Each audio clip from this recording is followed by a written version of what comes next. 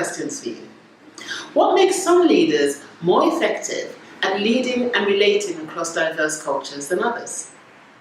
Secondly, as a leader, how do you adapt your leadership style to ensure that all the people you lead, irrespective of their backgrounds, their race, their sexuality, their gender, their ability, their faith, their age, feel included, valued, and able to achieve their full potential as employees in your teams? And finally, what's the difference between a leader who manages diversity and one who leads for inclusion? My name is Jennifer Iseko, and I lead and am the founder of Above Difference Limited.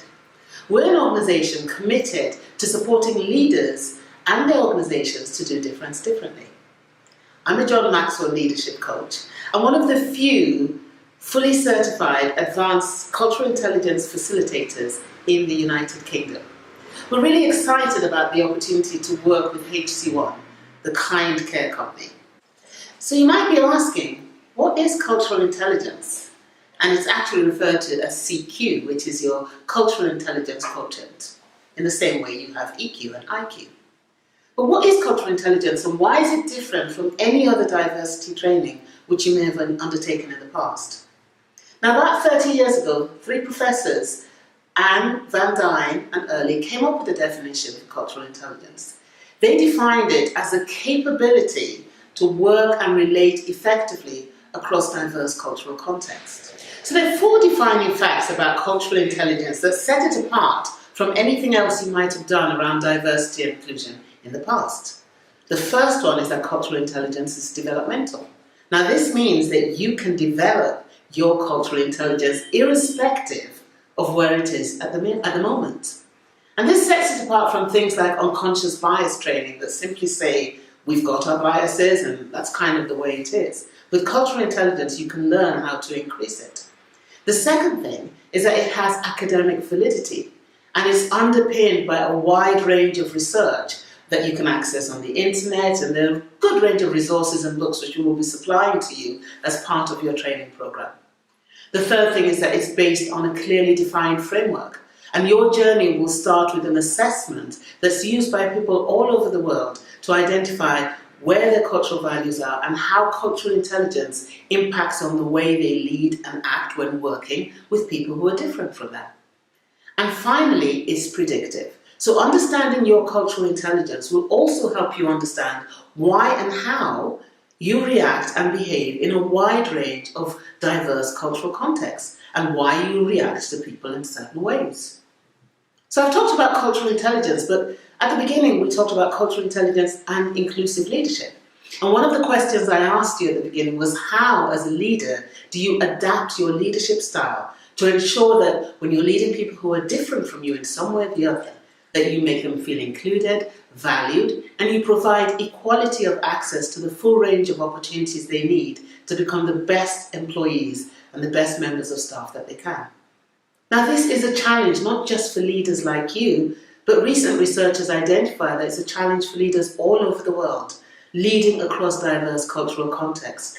And whether that diversity is race, it's ethnicity, it's disability, it's gender, it's sexuality, it's age, all of those challenges create real issues for leaders in terms of how they bring the best out of their teams.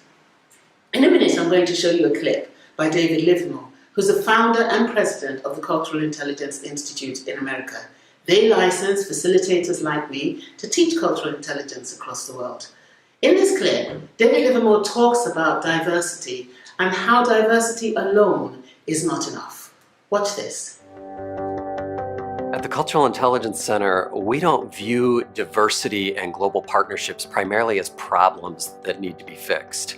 Instead, we think they offer incredible potential. But it's not automatic.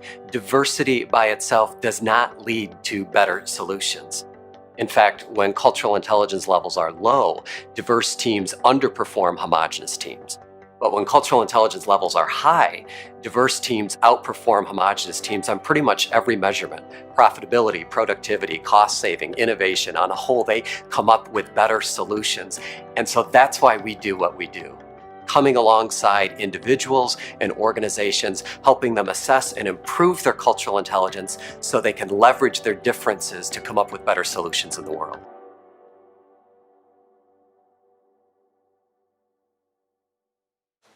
So we now know that diversity itself is not enough. And this kind of flies in the way of perhaps a lot of things that you've heard. Because for a long time we've focused on how do we make sure we have enough staff from BAME backgrounds, we have enough staff with disabilities, we have enough staff of different gender, of different sexualities. We've focused a lot on how our organizations look. But at Above Difference, we're more interested in working with you to understand, how do your organizations feel?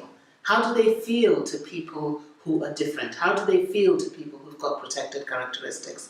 And that's what inclusive leadership is about. How do you lead in a way that makes everyone feel included, that makes everyone feel that they have a voice? Now, a lot of what we do through our training programs and through the work that we do with you is helping you to adapt and create those skills and learn those capabilities that will help you lead your diverse teams in a way that brings out the best in them, but also makes you as a leader feel that you're doing a great job. When leaders lead inclusively, they create better teams, they create more innovative teams, and they create teams that serve your residents and your stakeholders much more effectively. So what does this mean? Now, at Above Difference, we're committed not to coming in and delivering a training program or just giving you some reading material, but we like to work and take a journey with the organizations we lead with.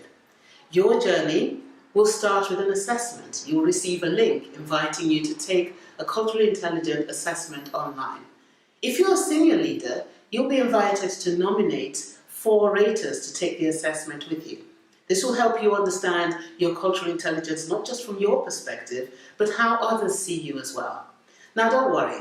People often say to me, what did I score? Does this mean I'm an IST of some sort or I'm really bad at doing this? No, it doesn't.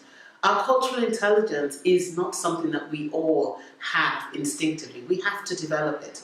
And whatever your report says, which you'll be able to download, just gives you a baseline to help you develop your skills. Once you've done the cultural intelligence assessment, you'll be able to download your report. And then we'll talk about it in a workshop. If you're a senior leader, it will be a leadership masterclass. And if you're a frontline manager, you may have a 2-day program where we'll really help you to understand not just what cultural intelligence is, but actually how you apply it in the way that you lead, in the way that you manage, in the way that you work with the diverse families who are going to come through your doors. And that's really important. So what are the benefits to HC1 of becoming a culturally intelligent and inclusive organization? Now, I love the fact that when I looked on your website and read a lot of the literature about HC1, you have kindness at the core of everything you do. Kindness, respect, value people. But does kindness always mean the same thing in every cultural context? When people talk about respect, are people's expectations of what that looks like in intercultural interactions the same, irrespective of what culture they come from? And cultural intelligence tells us that actually they can differ. And answering these questions helps point us in the direction of why cultural intelligence is so important for an organization like yourselves who work with people from so many diverse cultural contexts, not just as the receivers of your services, but as your employees as well. Research tells us that the return on investment for culturally intelligent organizations occurs in the following ways. Improved multicultural team performance. So those organizations that are more culturally intelligent are more likely to have improved communication and working together between diverse teams. And when we talk about diverse teams, we're not just talking about people's diversity in terms of ethnicity, but also teams who work in different locations, who work on different things. Each team will have a culture of its own. More and enhanced, compassionate and inclusive leadership cultures. Organizations that think about cultural intelligence have leaders who are more effective at leading across diverse cultural contexts. Better services to culturally diverse patients, stakeholders and residents. We know that organizations that understand the importance of culture and inclusion and put those two together, deliver better services to their diverse stakeholders. And we also know that it helps with job retention because, again, organizations who are more culturally intelligent are more likely to be employers of choice. And we know, as you heard David Livermore say, that they outperform on innovation, on creativity, on productivity, all the things that are very important to organizations like HC1. But those are the returns on investments for organization. What about you as an individual? Well, we've also got research that tells us that cultural intelligence will help you manage diverse teams better. It will make you a better leader. It will improve your emotional resilience when working outside your comfort zone, working with people who are different from you, understanding how to lead them more effectively, how to pull out the best in them. It will improve your judgment and decision making, particularly when working across diverse cultural contexts.